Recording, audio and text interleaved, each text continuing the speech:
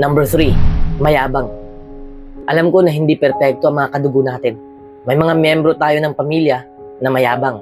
O isa sa mga relatives natin ang mayabang. Pwede rin na tayo mismo ang mayabang. Ano bang ibig kong sabihin sa mayabang? Yun bang gustong-gusto ng mga taong ito na pag-usapan ang kanilang mga nagawa sa buhay?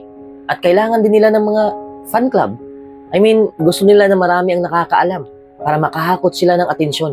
Gusto kasi nila, nahangaan sila ng mga tao.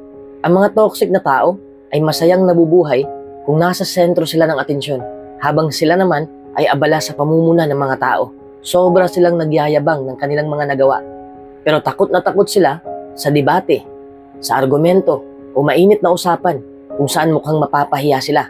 Ayaw nila ng ganyang usapan kasi yun ang kahinaan nila. Kahit ang kalmadong pag-uusap kung saan may mga magkaibang opinyon ang bawat tao na ibabahagi, ayaw pa rin nila kasi ayaw nilang masasapawan ng iba ang kanilang opinyon.